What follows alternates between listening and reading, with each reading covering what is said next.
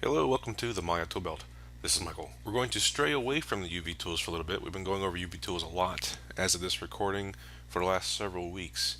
But I wanted to do something a little bit different. As you may know, I've started a job in the last couple months working at the Northwest College of Art and Design, and I've been teaching animation and rigging classes. The first half of the course, we've been going over a lot of rigging, and one of the concepts I introduced in my last class was doing what they call a reverse foot control. So I thought I'd demonstrate that in a video, not just for my students who may be watching and catching up on last week's lesson, but also for anyone else. So first I'm going to open up a scene I've already prepared of this guy. So this guy, he's already rigged, and he has some IK handles for his arms and stuff. I haven't done any kind of weight painting for this guy. That's not the point of this particular lesson, so he's going to have messed up weighting right now. So let me zoom in here, and I'm going to hide the grid. I'll change the background colors to hopefully be a little easier to see. So what I have here is this IK handle that is going from the hip to the ankle, so I can move the leg like this. What I want to do is, and I'm getting a little bit of rendering issues with my video card, I assume, which is why this green line is showing up like this. It's not actually, my rig is still intact. It's not broken, I don't think. So once I've moved my character a little bit, you can see my IK handle snaps back into place.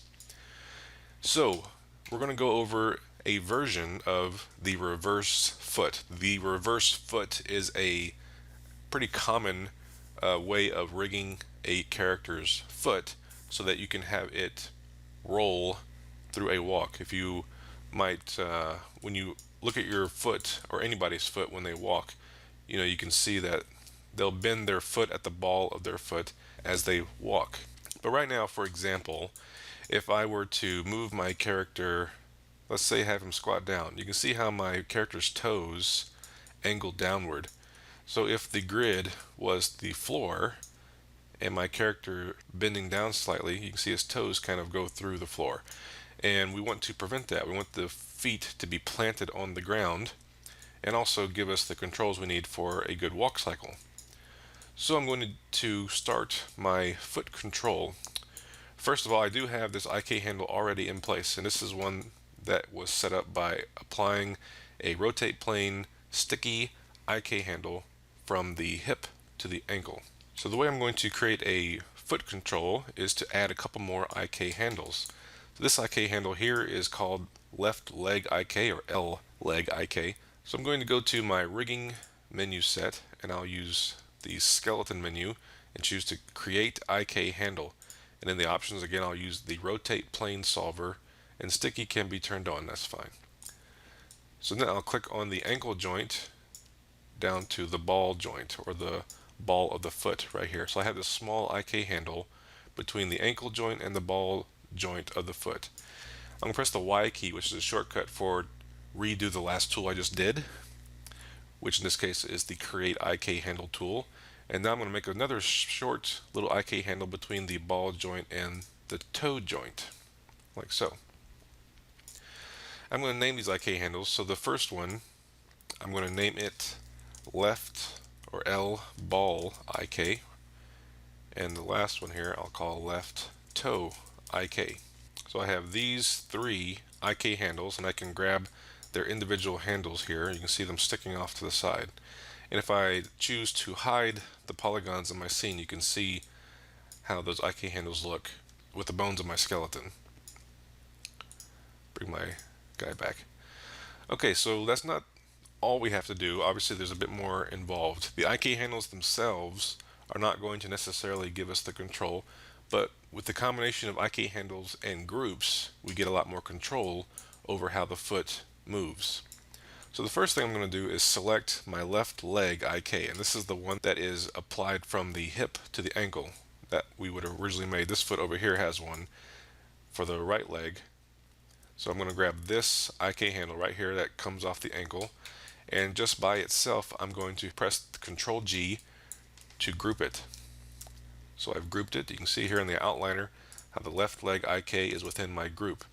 And you can name your groups whatever you want. I like to call this the heel peel, or peel heel, and you'll see why in just a moment. So the heel peel group. And we need the group's pivot point to be moved. I'm going to move it to the ball joint. By holding down D, I activate edit pivot mode. So I hold down the D key, and then I can hold down the V key, V as in victory, to toggle snap to point. So I have D and V held. You'll notice when I hold down the D key, I get this rotation gizmo around my cursor, around my move tool. Hold down the V key and you see my little yellow square turns into a yellow circle. And you also see snap to point toggle up here when I press V. So holding D and holding V, I'll left click on the center circular handle and drag my pivot point to the ball joint. If you're having a hard time getting to the ball joint because of geometry, you can, in the show menu, you can choose to hide the polygons so you're just looking at the joints. Instead of by holding D and V, I can left click on this little circle handle and it drags and will snap to the joints as if they were points. So now I have my heel peel group. And if I rotate that group, you can see how the heel of my foot lifts up. And that's what I want to have happen. And don't forget, like I said, I haven't adjusted the skin weights of this model. This is just for demonstrating the foot controls here. But in any case, the heel kind of peels up from the ground and the ball of the foot and the toe stays on the ground. And that's what the heel peel group allows you to do. I'll undo that rotation so it's back flat on the floor. So here's my left leg IK grouped into the heel peel group with its pivot at the ball joint. So now I'll select my left ball IK, hold shift, and select my left toe IK. So I have both of these IK handles selected, and control G to group them. So you see my outliner here, I have both the ball IK and toe IK within this group. And I'll name this group the toe tap group. And again, you can call it whatever you want. And this one I will also change the pivot location to be at the ball joint. So I'm going to hide my geometry by going to show polygons. So I hide the polygons in my scene, hold down the D key and the V key, left click on my little circle handle here and snap it to the ball joint. Now bring my polygons back. So with this group and rotate it, I can tap the toe like this. Okay, so now I have my heel peel group and my toe tap group. The toe tap group contains the ball IK and toe IK. The heel peel group contains the left leg IK. So now I can select both of those groups, and make sure you select the groups and not the IK handles themselves. So I'm selecting both groups, control G to group it. Again, so within this group I have these two groups. Okay, so I've grouped the two groups into another group. So this group we'll call tiptoe. And we'll change its pivot point to be at the tip of the foot. Now my foot joint is way out here in front of the foot, so I'm going to move the pivot point over here, but also I'm going to change it so that's at the location of the tip of the toe, because that's really where I want that pivot point to be. If I had made this skeleton a little bit better, the joint would not be so far in front of my foot. And typically you could just snap it to the joint if you've done that correctly, but since my joint's a little too far out, the pivot point I want at the tip of the foot like this. With the tiptoe group selected, I can rotate the foot up to be on the toe like this. So again, I can select the heel peel group and rotate the foot this way, select the toe tap group and rotate the foot this way, or the tiptoe group and rotate the foot this way. So I have these three controls by using these three groups. And now with the tiptoe group selected, I'll group it again, control G. So now I have these groups all grouped together in this way, toe tap and heel peel grouped under tiptoe, and then tiptoe grouped into our new group, which we can call simply left foot. And for the left foot, I'll change its pivot point to be the ankle joint. So I'll hide my geometry again, hold down the D key for edit pivot, hold V for snap to point, left click and drag on the little circle handle to move that pivot point to the ankle joint. Show my polygons again. And now this group I can rotate like this, and I can pivot my foot's ankle like this wherever I want. And now with all of this in place, you'll notice if I grab my character's root joint and kind of squat him down, how his left foot now stays flat on the ground. The right foot I haven't done anything to yet, so you can see it's still doing the original problem with it jutting through the floor, but now my left foot is planted on the ground like I would hope it would be.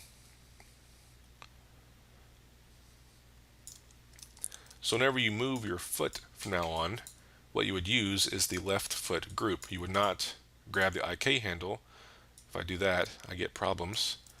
But if I grab my left foot group and move it, then I can move the whole foot as a whole. I can rotate that group like so,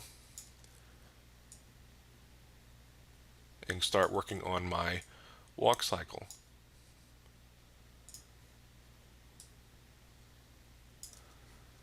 Does that make sense? Hopefully it does. One easy way, if you'll notice, there's no real way to select the group itself within my scene unless you like grab the IK handle and press up on the keyboard a couple times to get up to the left foot group.